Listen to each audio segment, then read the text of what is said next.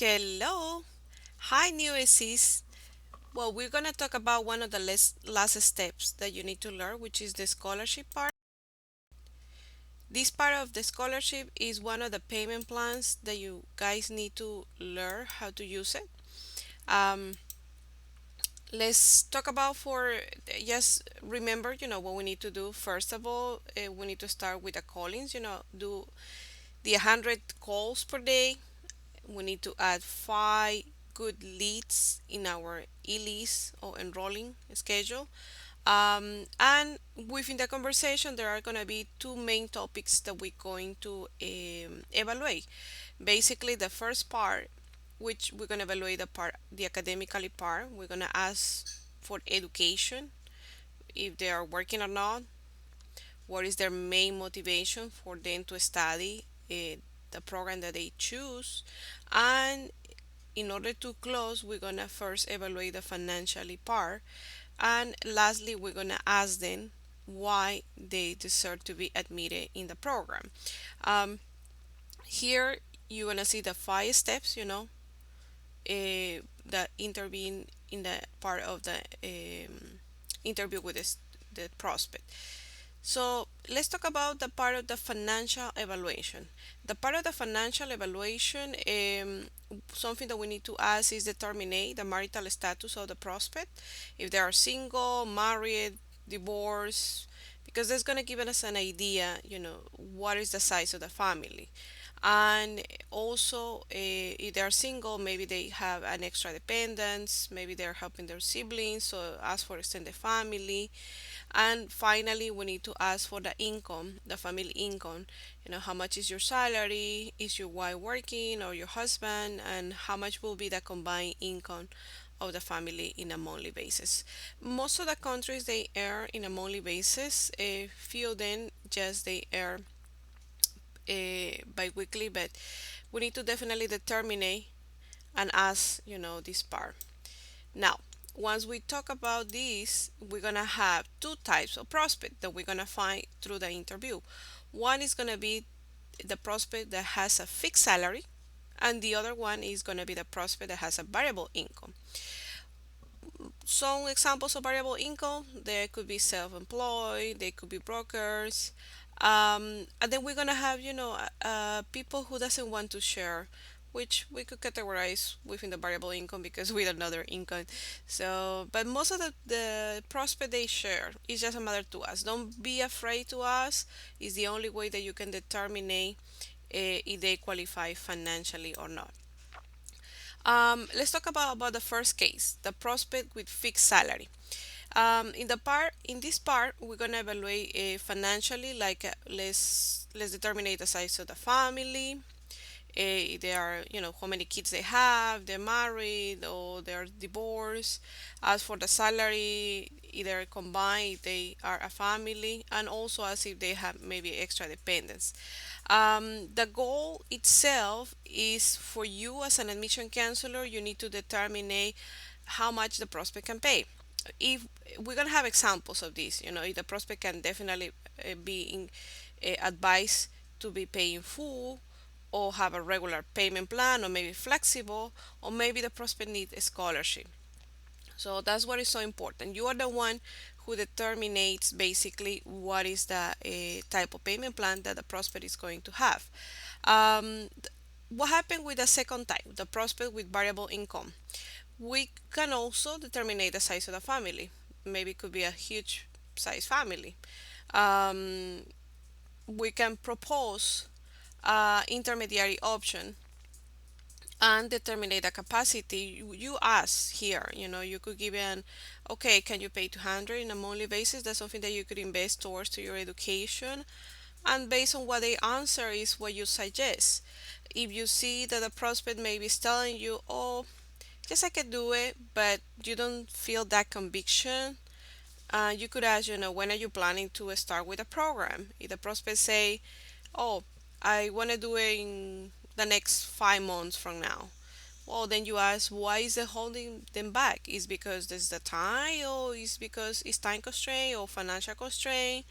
And based on what they answer, you propose basically alternatives of solution. If they even though they seems to be that they say that they could pay 200, but they say they have a financial constraint, they need to really make a budget and save in order to start with this program, then you could offer the financial assistance and close them today, because here the main goal is, what is the main ABC goal? Well, we need to definitely close the prospect in the first call. Um, let's talk about examples so you could understand how the scholarship works. Okay, so we talk with this prospect who's applying for a master. Okay, we already passed the first part of the academically and we are in the financially part. So we ask if the prospect is married, and the prospect say yes, and also ask if they have kids, and they say yes, I have two kids. So we have a family of four, and then we ask how much is your salary, or that is your wife also working, and how much will be the combined income for the family in a monthly basis, and that prospect tell you that the combined salary is 1500 per month. The main advice here is use common sense to determine the payment plan. If we have a family of four and they earn 1500, meaning that they have a $375 per household member in within a month for them to use. um, so ask, if ask them if they could afford 150, as he determine, can you, well, in this case personally what I would do is, okay, what I would recommend you is that we might be able to get you into a financial assistant in order to help you. The good thing is that you apply now because we have it available at this moment. And I could even put you through a us to be placed in a payment plan that allow you to pay 150 per month. Is that something that you could afford? And they say yes. I just said no. I could do it but next month. Well, the problem is that this financial assistant is not open all the time. So the least, in order for you to be considered for this option, you should be at least capable to pay $100 in a monthly basis. And they say, oh yes, I could do that. Okay, then we close it with a scholarship, and then we ask some questions in order to evaluate the part of the scholarship, which you're gonna have a financial assistance form. By the way, we don't send that, we ask over the phone, unless the prospect requires us to be sent, but we really try to close over the phone. What could you ask in order to see their expenses? Basically the housing, if they are paying rent, if they have any type of loans, the food expenses, transportation, and if they have extended family, and if the kids are studying, of course, how much they pay in school, and lastly, why they should be admitted into the program. Okay, let's talk about another case. Another example. We have a single prospect with no kids, and the income is 600 and applying for a bachelor. Well, common sense, this prospect is gonna need financial assistance or a scholarship, right? First, like I mentioned before, we gotta make sure that the prospect enroll now. So I'm not gonna I'm not gonna send, okay, we're gonna give you the financial assistance form so you could send me back. No, that doesn't work. Because if you send the financial assistance form, what is gonna happen, out of 10 students that you send, probably one will reply you in a couple weeks. And that's definitely, you're not gonna close nobody like that. You need to offer that, and the moment, as you hear on the previous audios, that everybody qualify and close on the first call. That's basically the basic rule. Close over the phone, always be closing. Um, so in this case, we're gonna offer them, you're gonna need definitely financial assistance, and then again, this is a good time that you apply because we have it right now, and I can be able to put you in a payment plan that allow you to pay $150 per month. Are you gonna be comfortable investing that towards to your education? Yes. No. Oh, You hear, always hear, listen the prospect. Uh, those signs is gonna tell us basically they hesitating. Then we go for the second option. Okay, well the least that you could pay is gonna be $100 in a monthly basis in order to be qualifiable for that option. Then yes, I could do it. Okay, so then let me help you so we can place your application now for admission and get you through this system of financial assistance. Okay, perfect. So this system is going to allow you to start a program within the next 4 to 5 days based on what they determine. And you need to send me the requirements for admission that we talk. And now I'm going to ask you some questions for this part of financial assistance. How much do you spend in rent? How much do you spend in food, transportation? Do you have any loan, or you're helping any of your extended family, siblings, parents? Okay, let's talk about the other type of case that we have, people with fixed with variable income. We talked about already about the fixed salary. Now let's talk about examples about the variable income. We have a prospect who is a businessman, has 3 kids, therefore the family will be fine, and is applying for a bachelor.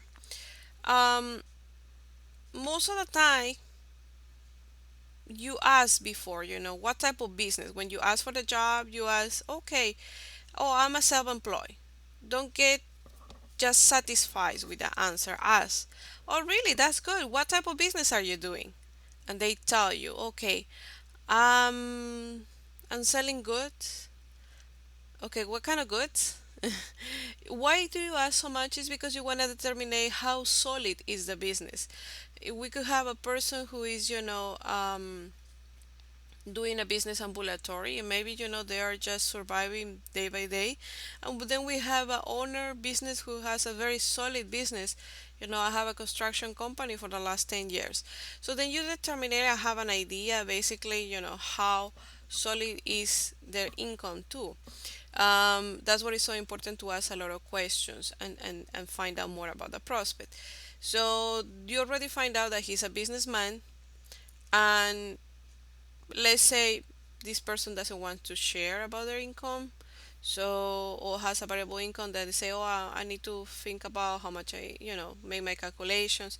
In those cases that they are don't want to really share their income, then we can propose the payment plan and ask them if that's something that they could fit their budget or not.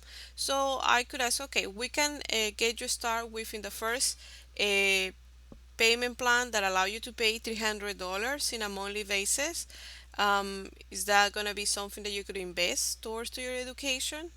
And they, based on what they answer, is what you propose. If they say yes, then basically uh, we can help them, and we can definitely move on and ask for documents, and basically ask them to continue with us.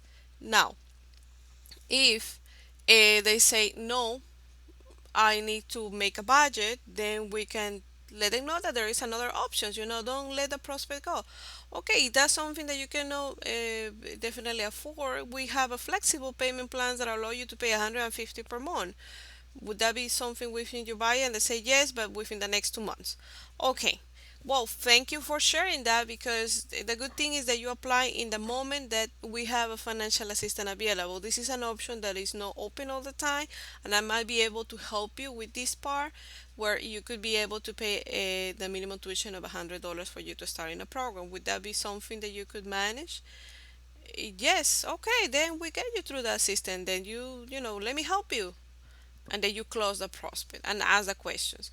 Um, we don't have to, really have a prospect who can only afford 100 in order to put into a financial assistant. No, we could actually include prospect that could pay 150 into financial assistant, or maybe even 200. You decide the flexible payment plan.